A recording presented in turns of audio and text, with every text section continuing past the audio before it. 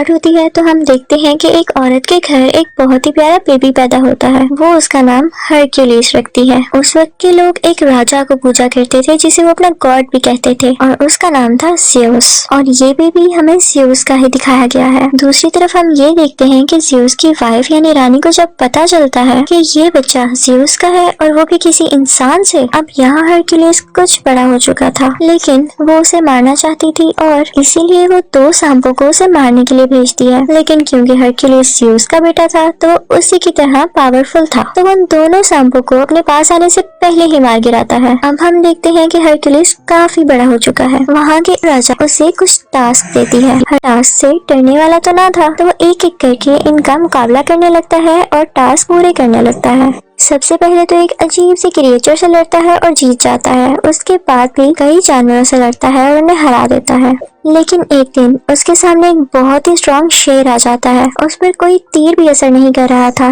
लेकिन हरक्यूलिस ने अपनी ताकत से उसे भी मार डाला। फिर हमें एक जगह दिखाई जाती है जहाँ पर कुछ लोगों ने एक लड़की को बुरी तरह से बांधा हुआ था। वो इनफैक्ट हरक्यूलिस का भांजा था। कि तभी हरक्यूलिस वहाँ पर आ जाता है और उन सब लोगों को मारकर अपने भांजे को बचा लेता है। फिर हम देखते हैं कि हरक्यूलिस एक जगह पर बैठा होता है तो दूसरे मुल्क के राजा की बेटी आती है और कहती है कि हमें तुम्हारी जरूरत है। वो कहती है कि हमारे खास लोगों ने ही हमारे साथ चीट किया है और हर तरफ लड़ाइयाँ हो रही हैं जिसकी वजह से लोग मारे जा रहे हैं। वहाँ हरक्यूलिस के साथ एक आदमी बैठा होता है तो वो कहता है कि बेबी हमारे पास वक्त नहीं, हाँ अगर तुम ज्यादा पैसे ऑफर करो तो हम जरूर आ सकते हैं। तो वो शहजादी उनसे कहती है कि जंग में लड़ना तो फख्र की बात होती है। तो हरक्यूलिस उसे कहता है कि हमें हथियार बनाने के लिए पैसे भी तो चाहिए।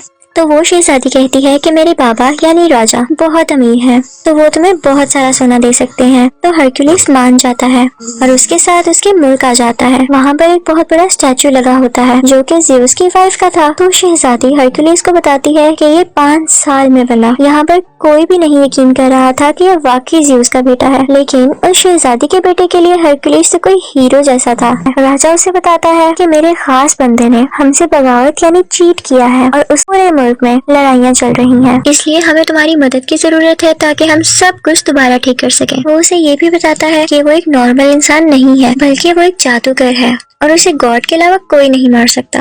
वो उसे ये भी बताता है कि उसकी सोल्जर की टीम में एक ऐसी क्रिएचर है जो आधा घोड़ा और आधा इंसान है। अब हरक्यूलिस की टीम में जो लड़की आई थी वो पूछती है कि ये क्रिएचर्स कहाँ पर होते हैं। तो राजा का एक आदमी बताता है कि हमने इन्हें ना तो देखा और ना तो ये जानते हैं कि ये कहाँ रहते हैं, हमने तो बस इनके बारे में सुना है। अब हम देखते हैं कि हरक्यूलिस और उसके कुछ साथी यहाँ के किसानों को फाइट सिखा रहे होते हैं क्योंकि इनके पास कोई भी आर्मी फोर्स नहीं थी। हरक्यूलिस उनसे कहता है कि तुम सब एक दीवार की शक्ल में खड़े हो जाओ और जैसे ही वो इस तरह खड़े होते हैं तो हरक्यूलिस का एक आदमी उनकी तरफ भागता हुआ जाता है और वो उनकी बनाई गई शील्ड यानी दीवार को तोड़ता हुआ अंदर भाग जाता है। हरक्यूलिस उन सबसे कहता है कि इतनी कमजोर दीवार, अगर इसी तरह रहा तो तुम लोग हार जाओगे। अब यहाँ हरक्यूलिस इन सब फार्मर्स को ट्रेन कर रहा होता है कि हमें पता चलता है कि कुछ लोग इनके मुल्क पर अटैक करने आ रहे हैं। जब ये बात हरक्यूलिस को पता चलती है तो वो जंग करने से मना करता है क्योंकि वो कहता है कि जंग के बाद हमारे पास कुछ भी नहीं रहेगा। लेकिन वहाँ का राजा कहता है कि हम जितनी जल्दी इन लोगों को खत्म करेंगे उतनी जल्दी ही हमारे मुल्क में सुकून हो जाएगा। अब रात में हम देखते हैं कि शहजादी का वही बेटा जो हरक्यूलिस को अपना हीरो मानता था वो उससे मिलने के लिए आता है। वो उससे कहता है कि मुझे आप बहुत अच्छे लगते हैं और मैं भी बड़ा होकर आपकी तरह ही बनूंगा। यहाँ हरक्यूलिस किसी जानवर के दांत का लॉकेट अपने गले से उतार कर उस बच्चे के गले में डाल देता है। वो उसे बताता है कि ये मैं अपने बेटे को देना चाहता था लेकिन अब तुम्हें दे रहा हूँ। अब सब लोग उस तरफ जा रहे थे जहाँ पर इन लोगों ने दुश्मन राजा का मुकाबला करना था।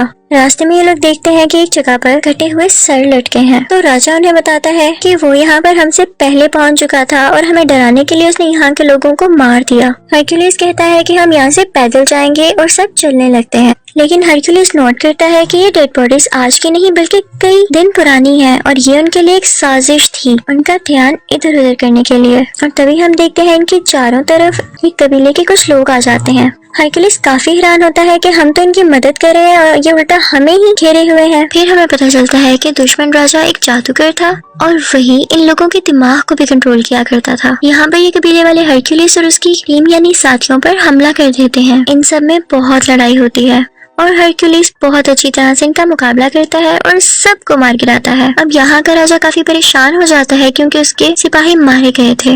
हरक्यूलिस उसे कहता है कि मैंने तो आपसे पहले ही कहा था कि अभी ये सब ठीक नहीं है, मुझे आना था। तो राजा उसकी बात मान लेता है लेकिन हम देखते हैं कि हरक्यूलिस अब बहुत परेशान रहने लगा था और रातों को भी जागता था। वो ख्वाब देखता है कि उसकी फैमिली मर चुकी है और उसे अपने ख्वाब में 3 मुंह वाला क्रिएचर भी दिखाया जाता है। हरक्यूलिस के आदमियों में से एक आदमी उससे कहता है कि यहाँ आने से पहले मैंने ऐसी क्रिएचर से बात की जो कि गोड की बात सुनकर इंसानों तक पहुँचाती हैं और फ्यूचर के बारे में भी बताती हैं, और उन्होंने तुम्हारे बारे में ये कहा कि तुम्हें अपना इनकम्प्लीट काम पूरा करना होगा। लेकिन हरक्यूलिस बहुत परेशान था तो इस बात पर इतना ध्यान नहीं देता। हरक्यूलिस की एक बीवी और 3 बच्चे थे और उसके बच्चों को मार दिया गया था, जिसका कसूरवार भी उसे ठहराया गया और इसी वजह से उसे अपने मुल्क से भी निकाल दिया गया था। खैर, ये सब लोग दुश्मन राजा की तरफ पहुंच जाते हैं। देखने से तो ये लग रहा था कि जिन फार्मर्स को हरक्यूलिस ने थोड़ी बहुत लड़ाई सिखाई थी वो ठीक से लड़ नहीं सकेंगे और हार जाएंगे, लेकिन लकीली वो ये जंग जीत जाते हैं। फिर हम देखते हैं कि वो दुश्मन राजा हरक्यूलिस की तरफ बढ़ता है ताकि उसे मार सके, तो हरक्यूलिस फौरन से उसका घोड़ा गिराकर उसे कैद कर लेता है। कैद करने के बाद वो उसे राजा के पास ले जाता है। वो दुश्मन राजा कहता है कि तुमने मुझे बिला वजह कैद किया है, मैंने तुम्हारे मुल्क का कुछ नहीं बिगाड़ा। तो हरक्यूलिस कहता है कि अगर तुमने नहीं किया तो फिर किसने किया है? तो दुश्मन राजा उनसे कहता है कि तुम जरा खुद सोचो, जिस राजा के लिए तुम लड़ रहे हो अगर वो इतना ही अच्छा और ताकतवर है तो उसकी फौज उसके साथ क्यों नहीं है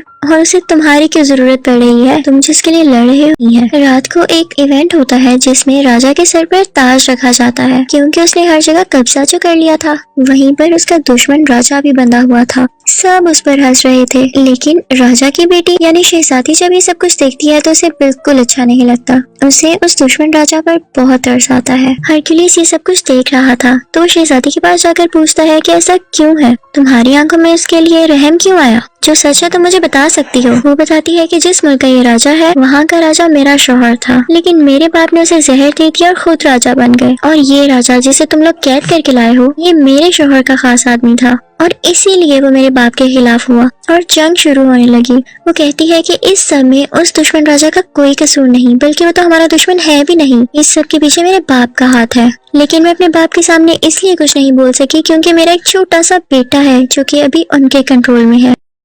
और वो उससे कहती है कि मेरे बेटे को यहाँ से ले जाओ और उसे अपनी तरह की ट्रेनिंग दो।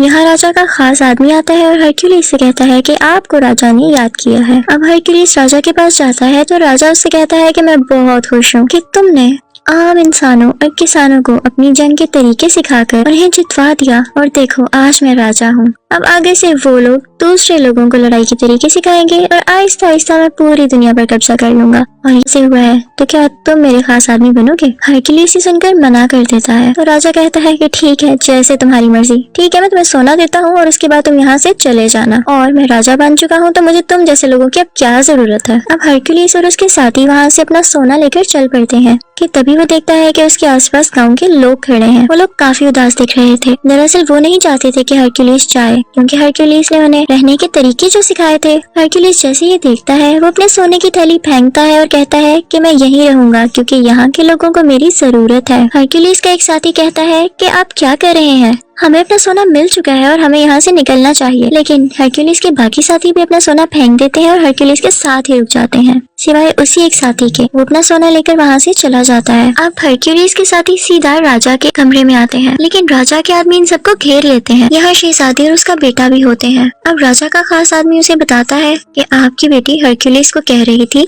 कि मेरे बेटे को अपने साथ ले जाओ। ये सुनते ही राजा अपनी बेटी से उसके बेटे को छीन लेता है। यहाँ पर राजा का एक आदमी हरक्यूलिस पर अटैक करता है जिससे वो बेहोश हो जाता है, और जब उसे होश आता है तो वो देखता है कि वो बड़ी बड़ी जंजीरों से बंधा हुआ है। और तभी वहाँ पर उस मुल्क का राजा आ जाता है जहाँ पर हरक्यूलिस बड़ा हुआ था। हरक्यूलिस ने हमेशा उसका साथ दिया और उसके लिए कई जंगें लड़ी, लेकिन यहाँ पर इसने भी चीट किया और उसी बुरे राजा के साथ एग्रीमेंट कर लिया कि हम मिलकर दुनिया पर कब्जा करेंगे। वो अपने साथ 3 भेड़िए भी लाया था और उनकी आवाज बिल्कुल वैसी थी जैसी हरक्यूलिस को ख्वाब में आया करती थी। वो सोचता है कि जब मेरी बीवी और बच्चों की डेथ हुई तब भी सेम ऐसी आवाजें मुझे आती थी, तो इसका मतलब इसके पीछे भी इन्हीं का हाथ था। हरक्यूलिस उनसे पूछता है कि आखिर तुम्हारा ऐसा करने के पीछे वजह क्या थी? तो उस मुल्क का राजा जहाँ हरक्यूलिस हरक्यूलिस से कहता है कि मुल्क के राजा हम थे, लेकिन तुम्हारे कारनामों और बहादुरी की वजह से सब लोग तुम्हारा नाम क्यों लेते थे? हमारे पास इसके अलावा और कोई ऑप्शन ही नहीं थी और हम तुम्हें भी नहीं मार सकते थे, और हमने इल्जाम भी तुम पर इसीलिए लगाया था कि उस मुल्क के लोग तुमसे नफरत करने लग जाए और सिर्फ हमारा नाम लें। ये सुनकर हरक्यूलिस को बहुत गुस्सा आता है, लेकिन जंजीरों से बंधा होने की वजह से वो नहीं हिल पाता।